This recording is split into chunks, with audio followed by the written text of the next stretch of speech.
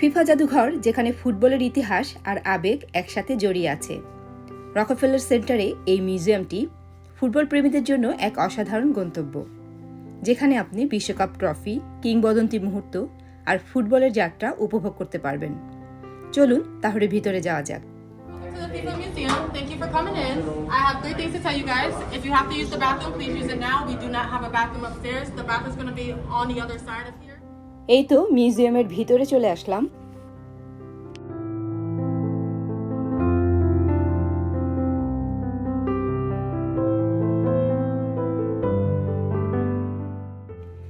এই যেই ট্রফিটি আপনারা দেখতে পাচ্ছেন, সেটি 1970-এর দশকের জুল রিমের ট্রফির একটি প্রতিস্থাপন।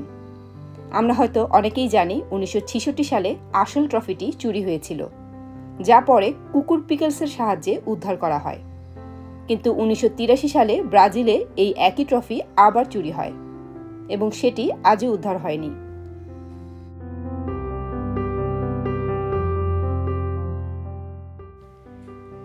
এখানে অ্যাটলাস নামের এই রোবটটি বিশ্বের কিংবদন্তি ফুটবলারদের বিখ্যাত গোল সেলিব্রেশনগুলোকে নকল করে দেখায়।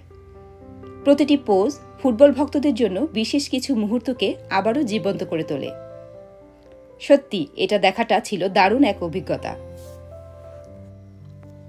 এই যে ক্রিস্টিয়ানো রোনাল্ডো আর তার আইকনিক পোজ।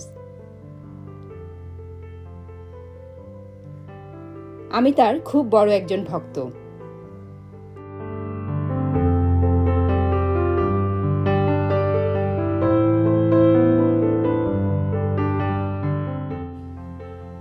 এই যে সবার প্রিয় মেসি।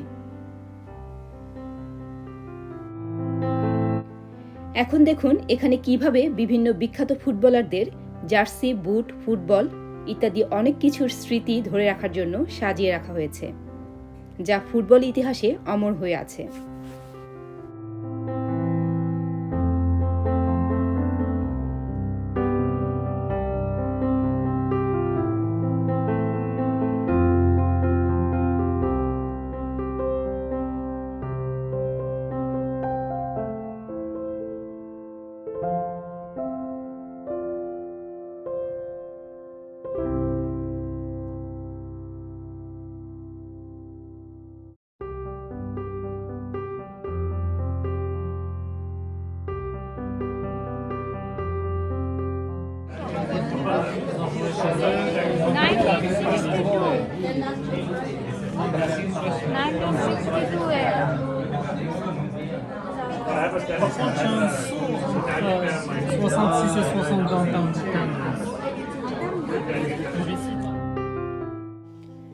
আমার কাছে যে কোনো ধরনের মিউজিয়ামই খুবই ভালো লাগে, কারণ এগুলোতে অতীতের গল্প, সংস্কৃতি আর মানুষের প্রচেষ্টা খুব সুন্দরভাবে ধরে রাখা থাকে।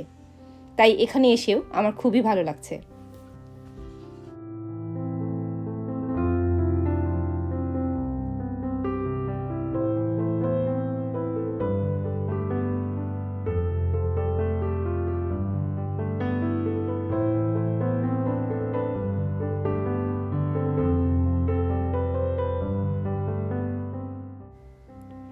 এখানে ওয়ার্ল্ড কাপ 2026-এর নকআউট স্টেজের পুরো চার্ট আঁকানো রয়েছে। এখান থেকে বোঝা যাচ্ছে কোন দল কিভাবে ফাইনালের পথে এগোবে।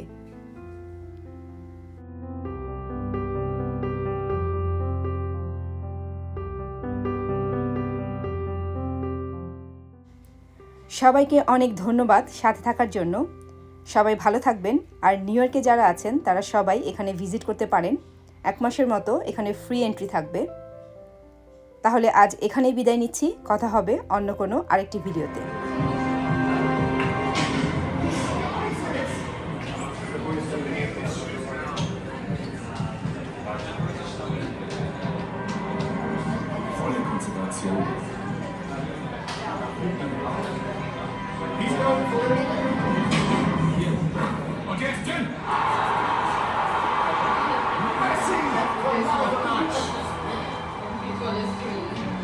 Unforgettable.